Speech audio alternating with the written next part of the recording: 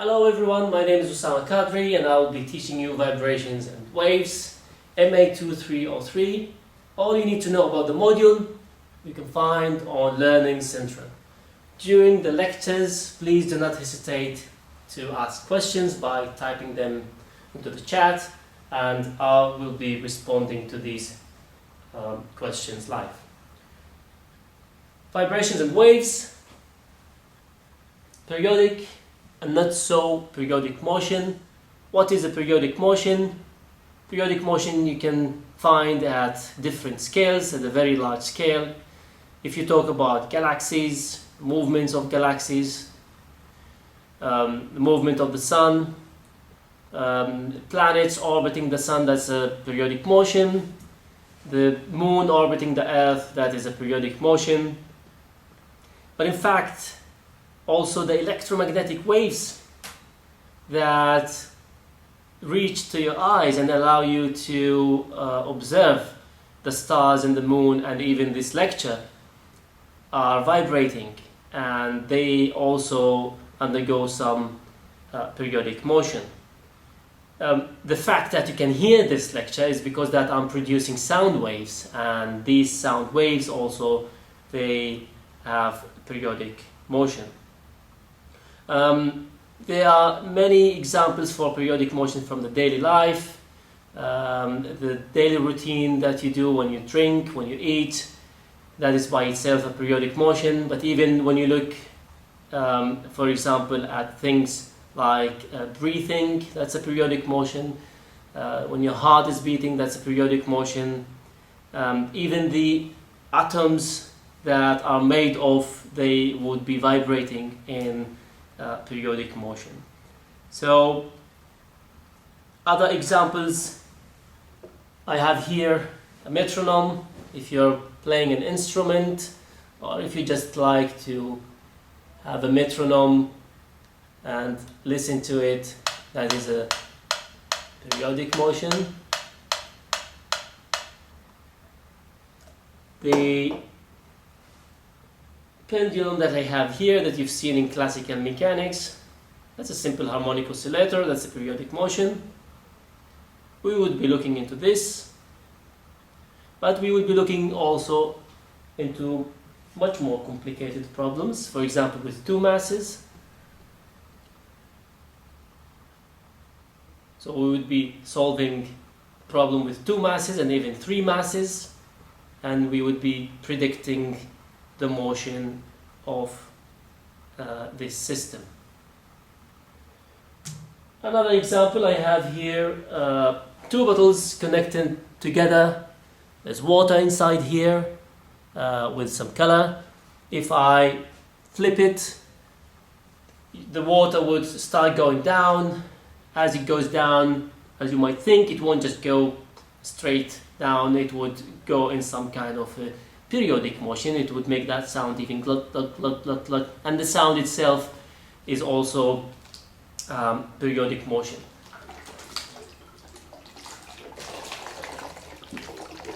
And this can go for quite some time.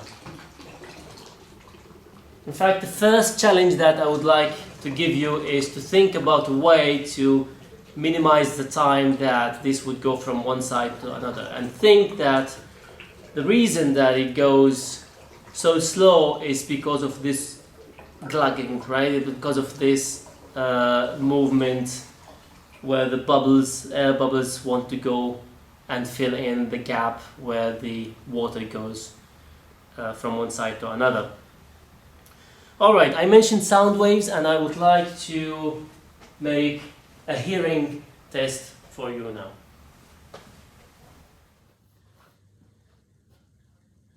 Alright, so I'm looking at an online tone generator that you can also try at home. I'm not sure about the sound quality here. So I'm gonna start putting in the different frequencies, starting with, let's say, 200 Hertz. And I would like you to remember the highest frequency that you hear, and I would like you to type that in the chat after I'm done. So So I'm going to start with 200 Hertz.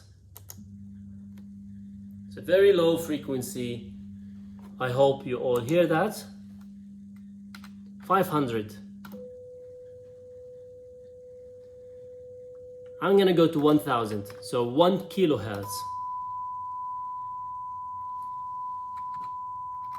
2 kilohertz. That's a 3 kilohertz. Now I'm going to jump to 5 kilohertz. 10 kilohertz. I can still hear that. I hope you hear that. 11 kilohertz. I'm talking now in kilohertz. 12. 13. 14. I heard 13 kilohertz. I can no longer hear the 14 kilohertz, right? I hope you do hear the 14 kilohertz. As we get older and older, we lose the hearing for the higher frequencies. Now I go to 15. 16, I hear nothing. 17. 18. 19. 20. 21. 22. 23. 24. 25. All right, I would like you now to type the highest frequency that you heard.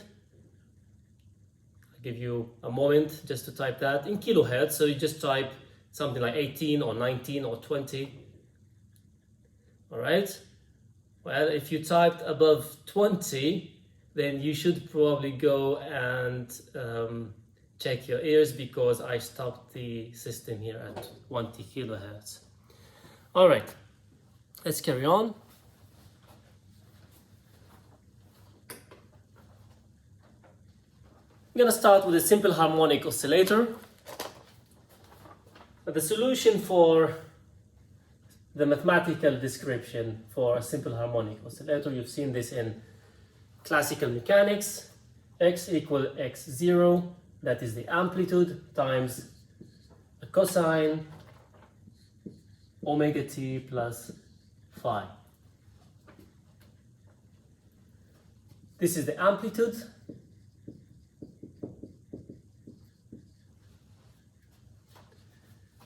Omega is the frequency, the angular frequency, that is in radians per second, and phi is, we're going to get to phi later on, is the phase.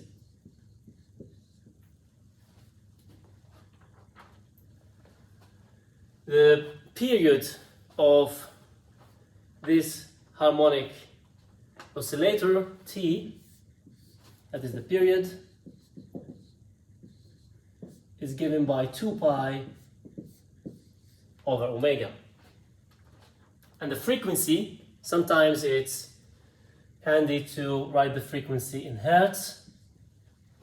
It's how many oscillations per second, f. That would be 1 over t, or you can write omega over 2 pi, and this frequency would be in hertz, or 1 over second.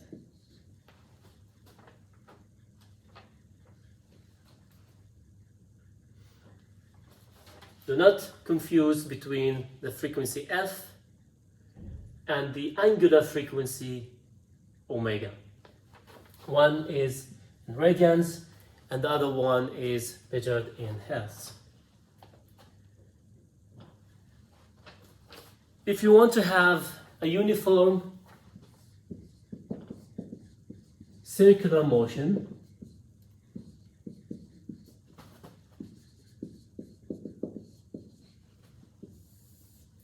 so I can use the pendulum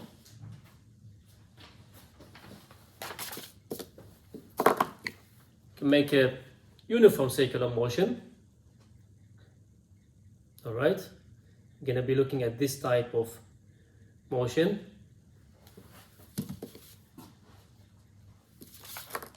I can describe it in the following. Let's assume this is our x-axis. This is the circle. The mass is at this point, some time. This is the angle theta. Of course, theta is a function of time. It's changing with time. Let's say that at t equals 0, the mass is found at some x0.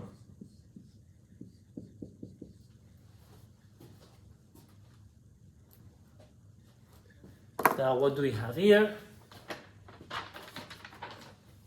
In the x direction,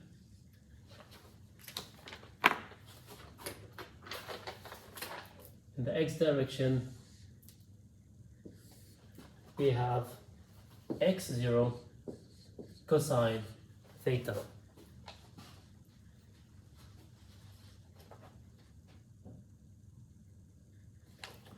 I hope you can see that. Let me write that in red.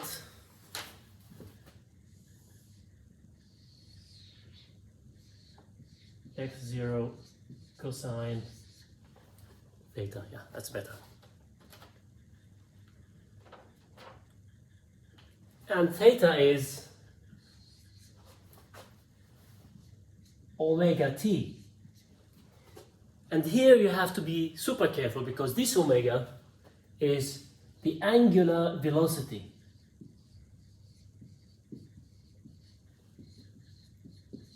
And it has nothing to do with the angular frequency here.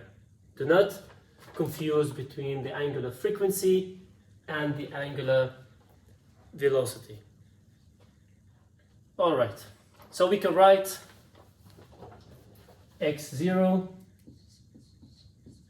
cosine omega t plus phi, and that would be the solution for the x component.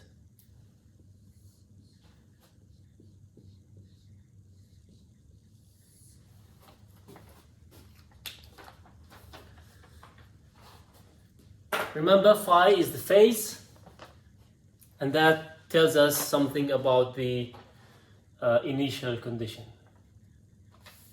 You can, if you think in terms of spring, you can take a spring and leave it at that point, or you can leave it with a kick, and that kick would be the phase.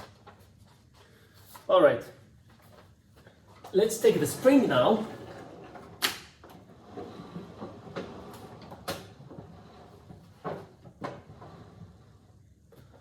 Let's take a spring.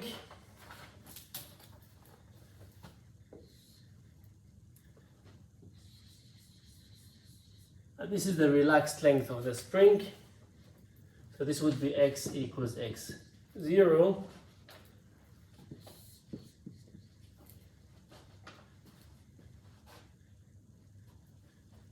And I can pull the spring longer at this point, let's say, and let go. Spring has constant k, and this is mass m. I hope that, let's say that this is on the table, there's no friction. And I hope that you remember F equals ma. What we make is a free body diagram, which is basically we take that mass and we put all the forces.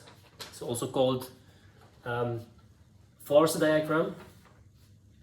And we put all the forces that act on this mass. There are three forces. There's the spring force, gravity is acting downwards, but there's also a normal force which is cancelling gravitational force, otherwise the spring would have an acceleration in the vertical direction. So these are cancelling each other, and we end up with one force in one direction, and therefore we can simply get rid of the vector notation. So we write F, I can already write that, F equals MA, that is M, the acceleration, that is the second derivative in time, and that is equal the spring force. And remember the spring force with constant K, so we have Kx, it's a restoring force, and therefore there has to be a minus sign here. It's always a restoring force. I pull it to the right, it wants to bring me to the left. I pull it to the left, it wants to bring me back to the right. It's always a restoring force. So mx double dot minus kx, this is the equation that I can describe this physical system. So I'm translating the physical system into a mathematical equation. Now we want to solve this equation. So if I just put x double dot plus k over m times x equals 0. I hope you recognize this.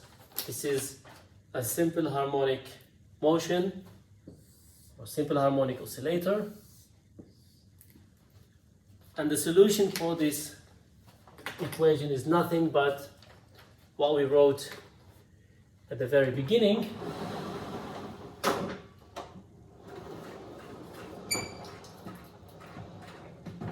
going to put it in blue now. This is the solution.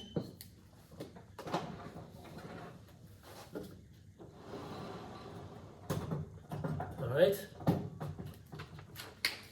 Given that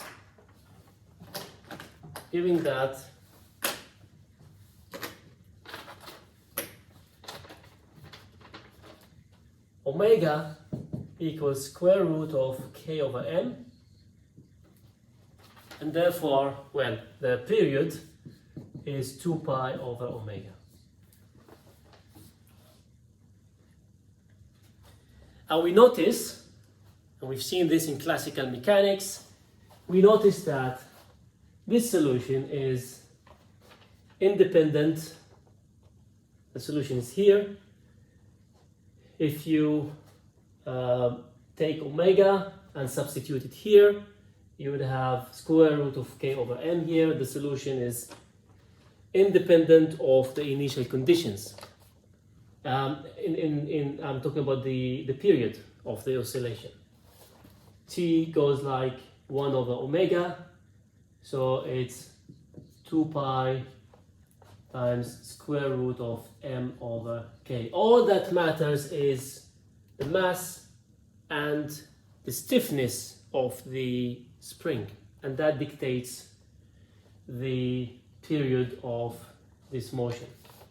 You pull it more or you pull it less, it doesn't matter. It would always have the same period. It would always take it the same time to go from one side to another and back.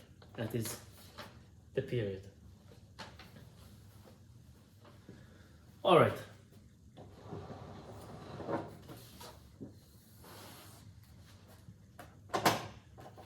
Now we take the same spring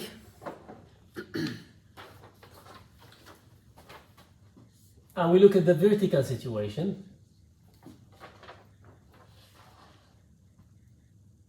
Again, this is equilibrium.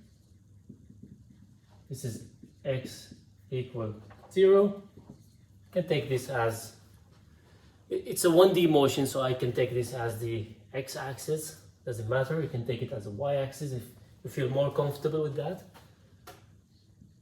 And again, I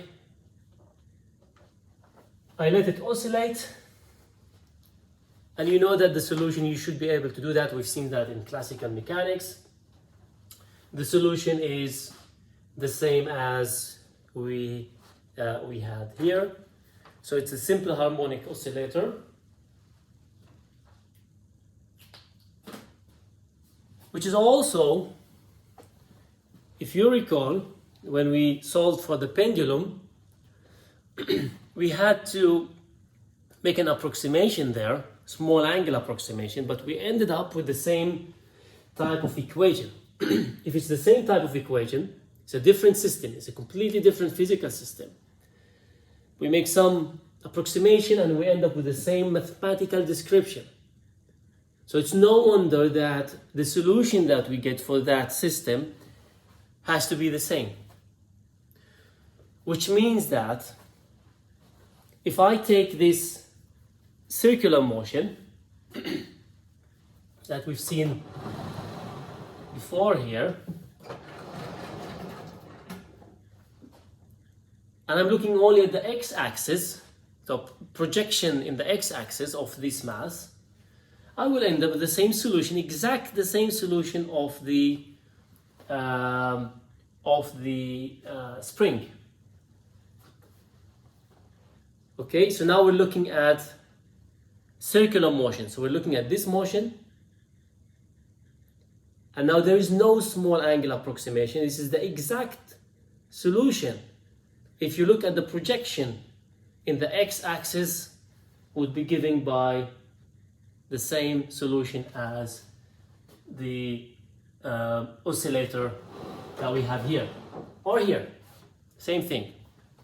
Which means that, as strange as it could be, if I get my spring here, if I have this spring going up and down like that, and at the same time I make this circular motion, I do it in this way now, because you're no longer seeing the circular motion, you see the projection.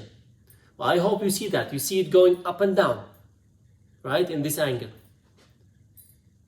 So you see it going up and down, you don't see any circular motion. This motion that I'm doing right now is the exact motion of this spring. So if I put them next to each other, I'm going to try to do that with my hands now. It will need some coordination. I'm not sure that I'm going to succeed. I'm going to try. So this is the spring, and the spring would go up and down, all right? And this would be the circular motion, and it goes like this. So together they would do something like this, all right?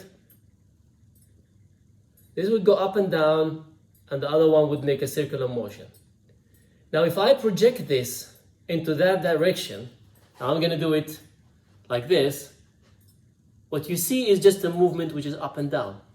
If I now would put them together, this is the spring, and this is the circular motion, and here is where I'm going to stop because this is going to be chaos, then you shouldn't see the other hand, because they should actually go together, all right? I'm not going to even attempt that. So you're going to see a motion that goes like the spring. All right. There are some videos that you can watch online that have this kind of demonstration. All right. Now we move to complex numbers.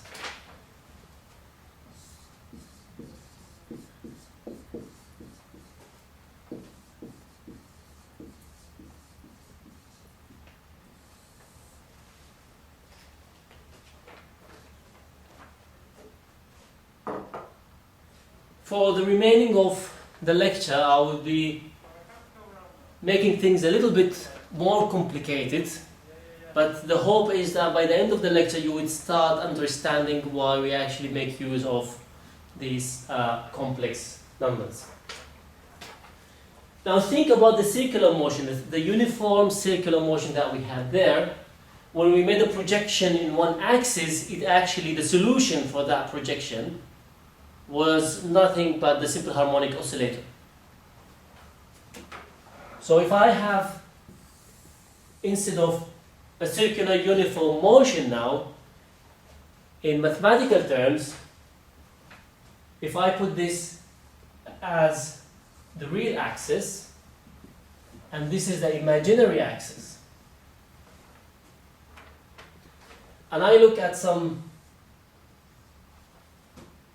object that is making this kind of circular uniform motion in this plane that includes real and imaginary numbers, so it goes around in a uniform way, so very similar to what we had there. I'm going to type here theta, and let's say that this circle has a unity in length, so this would be +1, this would be -1, this is the imaginary axis, so this would be +j, and this would be -j. And j is square root of -1.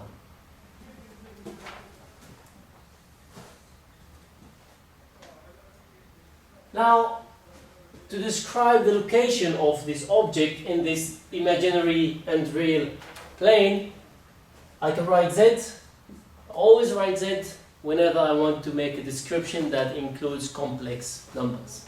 And I would write x and y if I'm talking about the real parts. So we have z, and z equals to cosine theta plus j sine theta. Now what is nice about this identity is that this is equal to e to the power j theta. And this is thanks to Euler, who already in the 1748 introduced this relation. This is an amazing relation between the real and imaginary axis, and that connects them into the exponent e in this way. And I hope slowly you would start noticing the advantages of using complex numbers. Now imagine that I wanted to describe my physical problem, the actual motion. Then all I need to do is forget about the imaginary part and only look at the real part. So all is needed is to look at the real part. So if I look at real z, alright, then I should end up with the simple harmonic motion, the physical problem that we would like to solve. I'm going to be emphasizing this point over and over during the lectures. One of the main things that we want to achieve, one of the main objectives that we want to achieve in this module, is to be able to translate a real problem, a real life problem, a physical system, into mathematics. So we use the mathematics as a tool to describe the physical problem. Once we manage to describe the physical problem using mathematics, we solve the equations. Once we solve the equations, we are now able to predict what is going to happen with this physical system. And with some efforts, we might even be able to say something, what happens if we add some things to this physical problem. Things will become clearer as we go forward in the material. So now I can write z equals cosine I could write theta, but I can already write it as omega t. Remember, omega is the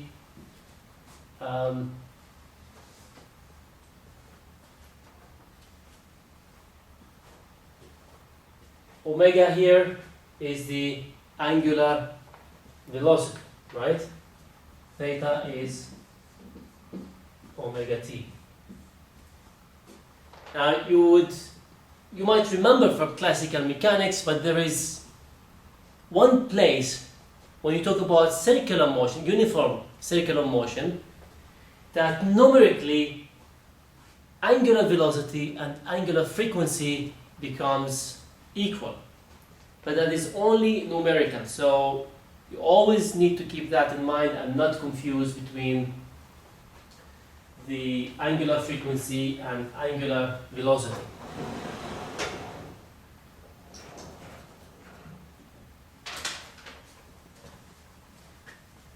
So we have cosine omega t plus phi, that is the real part, plus j sine theta, and that is omega t plus phi, and this would be equal to some amplitude a e to the power j theta, or I can also here already write omega t plus phi.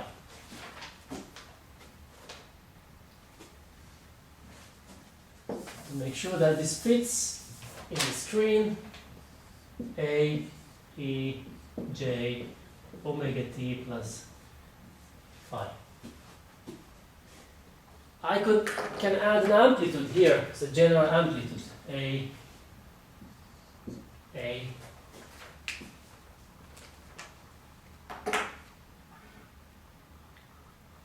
So this would be my trial function. And the nice thing about this trial function is now you can take the derivative, for example, and it's much easier to work with an exponent. You can take the first and second derivative and you always get back the exponent. So it's much easier to use it over a sine and a cosine. You can do the same thing here. It will just become more, as the physical system becomes more complicated, dealing with the derivatives here becomes more and more complicated. And with examples, you would start appreciating the advantages of using the complex numbers.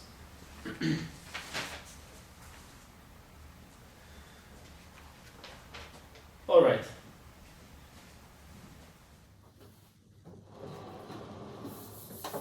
Let's take some very simple example.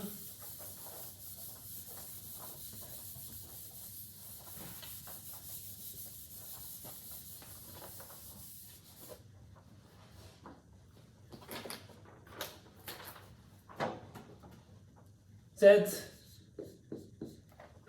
if I take it as A plus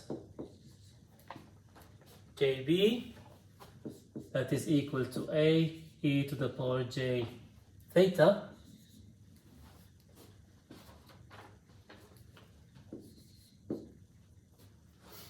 A, if we solve this,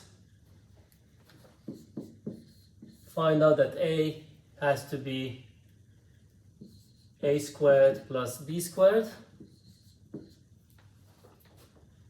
I want you to make sure that this is what you will get. And tangent theta, this is my tangent TG, equals B over A. Make sure that you know how to derive these.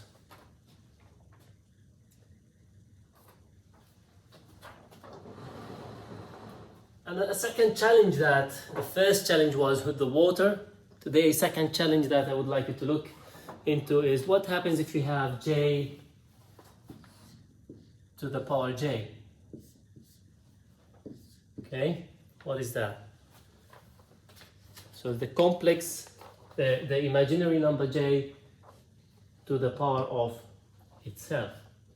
Now you might think that cannot be more imaginary than this because it's j over j, but actually it is a real number.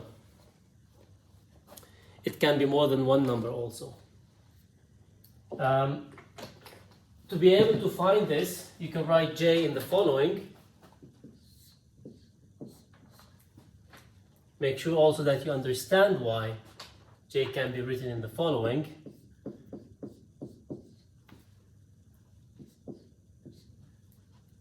Two pi n, and n can be 0, 1, 2, and so on.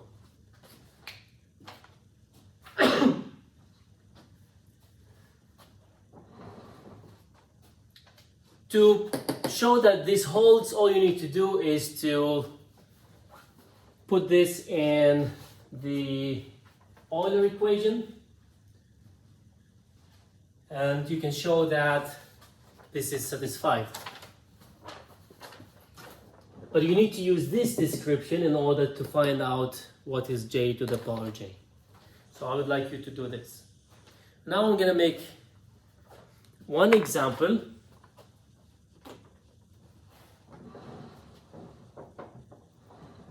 Yeah.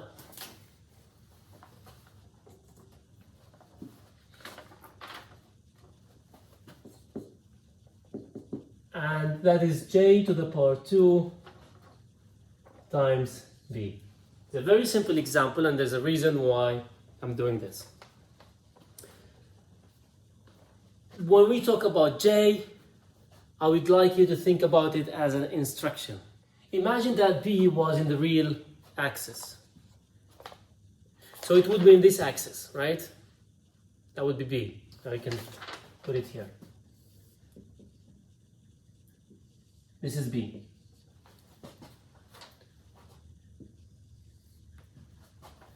J times b, not even j squared, j times b would be here. You agree with that, right? This is the imaginary axis, and this is the real axis. So if you think about it as an instruction for 90 degrees counterclockwise. So you start from here.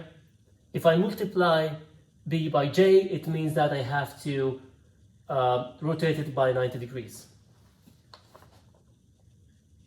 Which means now, if I multiply this by j again, you would say it has to go another 90 degrees counterclockwise. And that's true. Now you take it another 90 degrees, it would end up here. And that is a minus b. So j squared b, if you think about it in terms of interaction, is to rotate b from the x-axis 2 times 90 degrees, 180 degrees. So j squared b would be j as an instruction over jb. jb takes it 90 degrees to this point, and jjb takes it to another 90 degrees, and that is a minus b. Right, I want this to be clear. So we go from here to here, and then we go from here to here.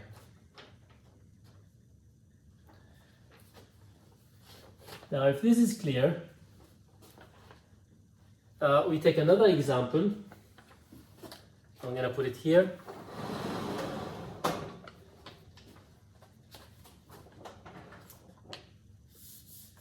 All right.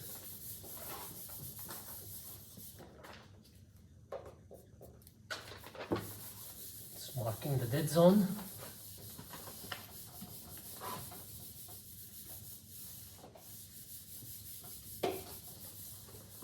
All right. So now we have another example.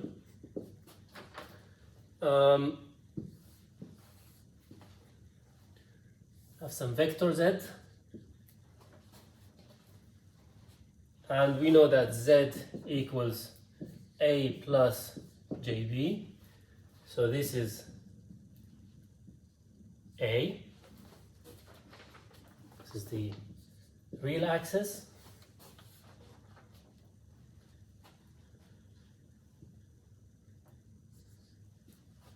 I will just call this y-axis now, but this is the imaginary axis, okay?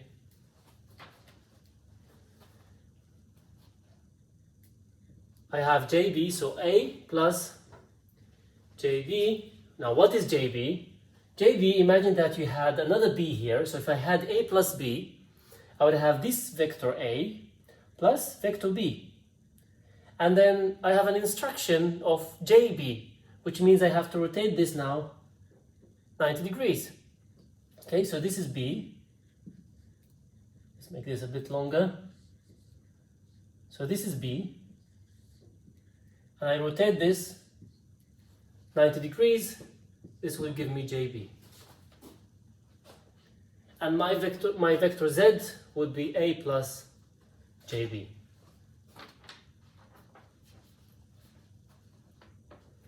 All right. I can also write this as theta, and the relation that I wrote before with regards to the tangent holds in this case as well.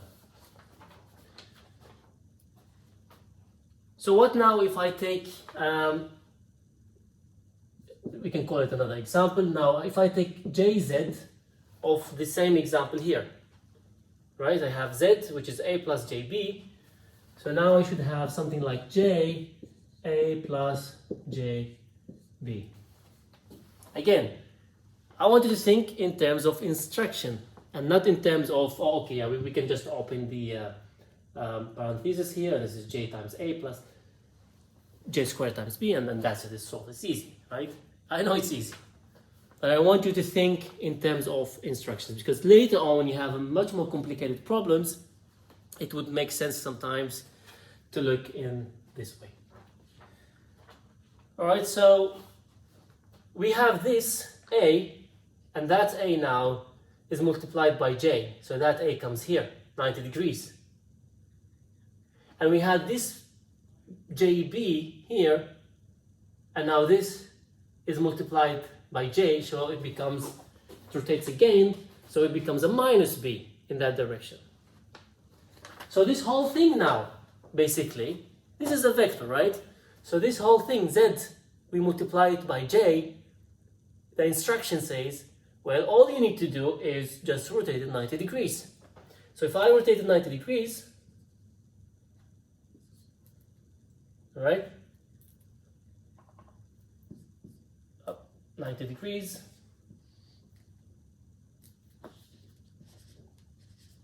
then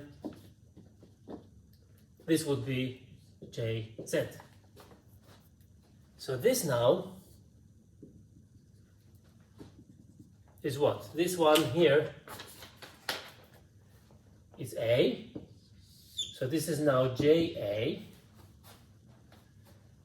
And JB, which was here, is rotated at 90 degrees,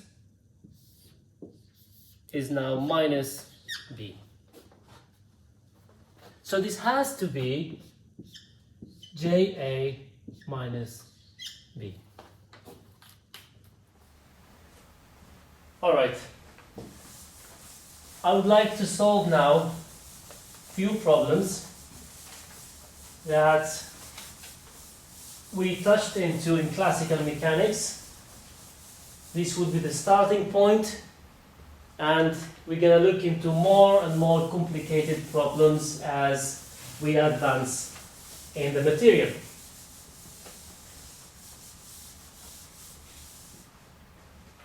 So to start with, I'm going to look at the pendulum.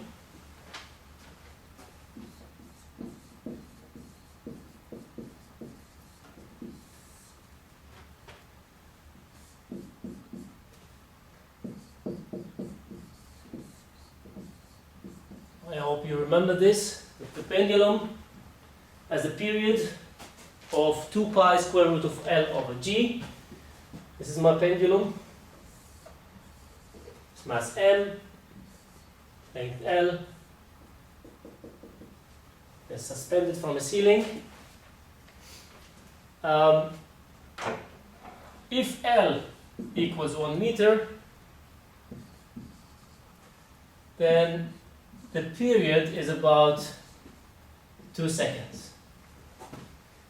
if L is half a meter, the period is about 1 second. You can plug the numbers here and make sure that this is what you get. And this period is independent of the amplitude. However, I want to remind you that when we solved this problem in classical mechanics, we assumed that we have very small motion in the y direction. And that helped us in making the approximation with the small angle approximation. If you go for larger angles, then the simplification that we made in order to be able to solve the equation analytically will no longer hold, and then you might need to go actually for a full solution, which means that you will need to use a computer to solve it. But let's assume that we have small motion. I have here it's about 1 meter, right? And it goes about 1, 2, 1, 2, 1, 2, 1, 2. If I take now, I see there is I hope someone wrote in the chat that there is a typo here. It's not half a meter, it has to be quarter, right? So please correct that. And that's why you have a quarter, you have square root here. Because of the square root, you get half of the period, right? You get half of the period, this has to be quarter of the length. If anyone corrected me in the chat, thanks for that. Alright, so we started with the 1 meter, and we said it takes about 2 seconds. 1, 2, 1, 2, and now I take 1/4 of it, which is about, let's say, here, more or less, and it should go 1, 1, 1. Okay, so this is a demonstration that we can predict things now after we've solved the problem.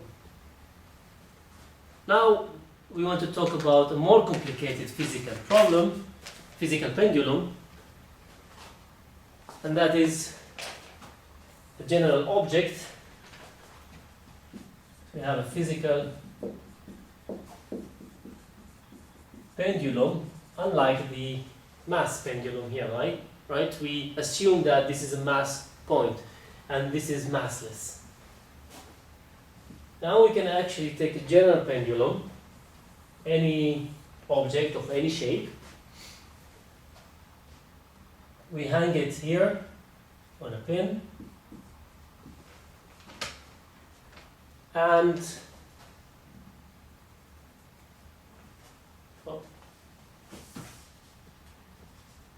we give it a kick on one side, and it starts rotating from one side to another on this, about this pin. And let's assume this is a frictionless movement. So it moves like this. At some point in time, this is theta.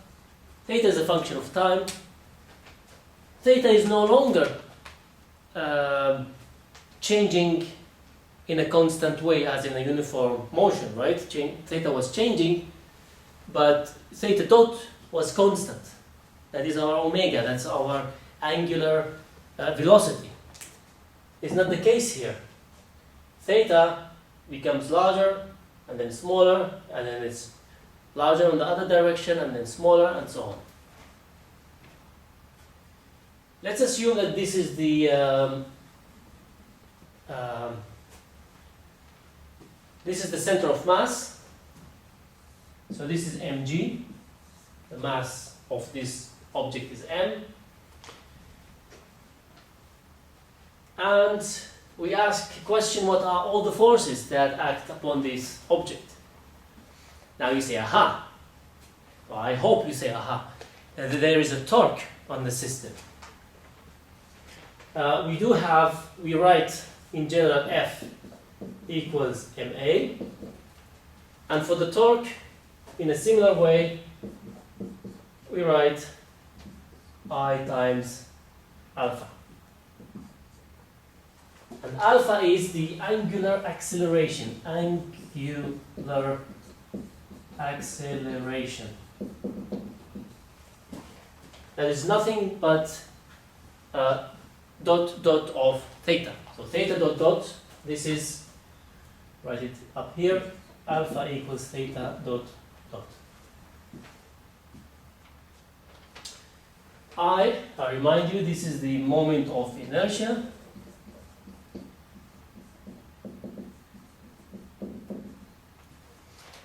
If you don't remember this, it's fine. You go to books, and then you find out what is the moment of inertia of that object, right? And then you can find these from tables. What's important is to get into the differential equation that describes the system. That's the first stage. That would be the translation, right, from the physical problem into the mathematical problem. Once we've done that, then we want to solve the equations. So now we can write, if the distance here between point N and the center of mass is B. Now remember, when you talk about torque, it can be about any point, so you can choose it anywhere you want. In classical mechanics, we always chose it in a place where we have the least number of torque elements. If you choose it at point P here, so we don't need to worry about the torque at that point, only from the gravity.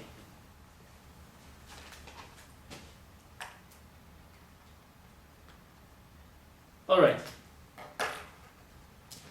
So now we can write, remind you that the torque is the distance cross product the force. So here we'll have a force, but the cross product with the distance is 0 because we are looking at the torque about point P.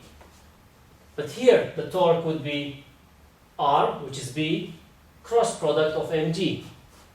And we know theta here, so we can write Vmg times sine theta equals I, which is the moment of inertia about point P. It's important to say about which point, times alpha, but alpha is theta double dot. And this is a restoring force, restoring torque, just as we've been looking at restoring force. So this has to be with a minus sign here. This is our equation. This is equation that describes the motion of this object. How do we solve it? Well, if we want to solve it analytically, we make small angle approximation. We have the sine theta here. I type theta instead of sine theta. And now I can write the equation. I will start with theta double dot on the left side. So I have theta double dot. I will divide by IP plus Bmg over I. P times theta equals 0. And at this point, you say, aha, this is a simple harmonic oscillator, we've seen this equation before. It's the same mathematical equation, it's the same differential equation, and it's describing a completely different physical problem. And the reason that it's describing it, as long as we know that omega is square root of BMG over IP. And as long as the approximation that we made is a fine approximation for the dynamics that we are looking into. So it would have the same solution. If I want to write down the solution, you can write it here.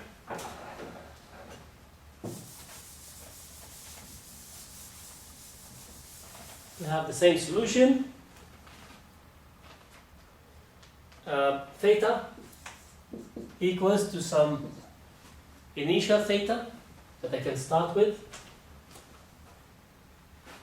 cosine omega t plus phi. Now you might think this is repeating, it's boring, but it's one way to show you that by sometimes making simplifications and approximations, we are able to get into the same type of mathematical equation which describes a number of physical phenomena, which is fine. We know the solution already for this problem, so once you get it in this form, you know the solution is like this, together with omega being the square root of what you have here, and the period would be 2 pi square root of IP over BMG. We're going to solve now problem for a hoop, hula hoop. It's a simple object with the mass being all around. So we have a hoop. This is the hoop. The mass is all around here.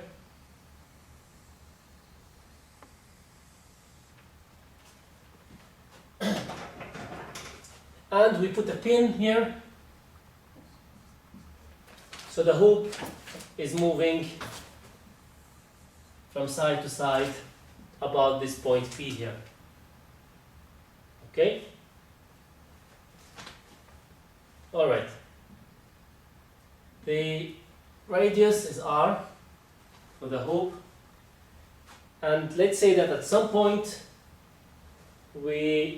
this is found, so we move it, so now it's here on this side, right? So it goes like that. So now there is an angle, that angle is theta. So the key is to be able to move from the physical problem to describe it mathematically. Once you've done that, if it's a simple harmonic oscillation, you're done, because you know already the solution. You don't even need to bother and solve the solution again, to solve the equation again. You already have the solution. But the point is how to get from this physical problem and translate it into a mathematical description. So this is the center of mass. It's quite strange that the center of mass, there is no mass there, it's a hula hoop, but that is the center of mass. So this would be mg.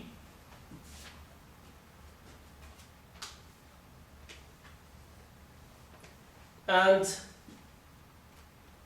r is given, the mass is given, and we want to look at the same thing, the moment of inertia. We want to do it about point P for the same reason as before.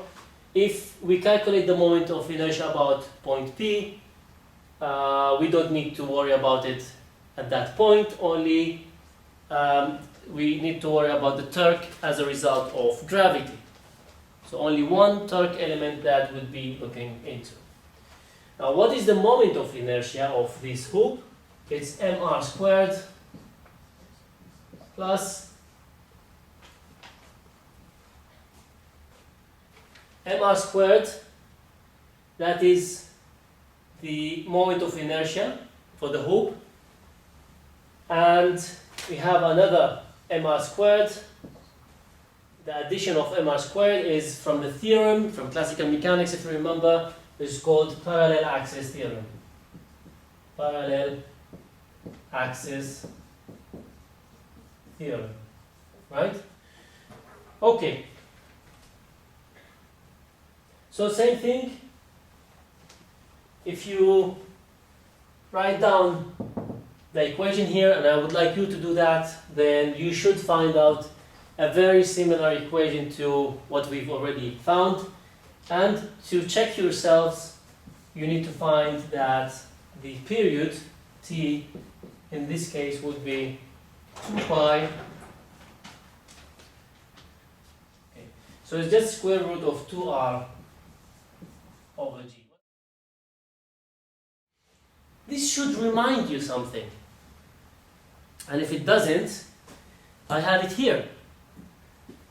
The period for the pendulum was square root with 2 pi square root of L over G. The pendulum, 2 pi square root of L over G. And you see the symmetry between the two problems. This is 2r, this is the whole length, and this is L. Which means that if I would take this, I don't have the hoop with me today, but if you would take this and you take the hoop at the same time and you give them a kick, they would have the same period. As long as L, the length of the pendulum here, is the same as twice the radius of the hoop. From your book, from the reading book, I would like you to attempt solving some questions. You don't have to submit anything of these. Later on, I will be telling you about the assignments, but from the book, I would like you to look into the following problems. One, this is chapter 1, question 4, question 9, it's all chapter 1, 10, 11, and 12. And also please try and solve j to the power j, which I gave you before. Alright, until next time.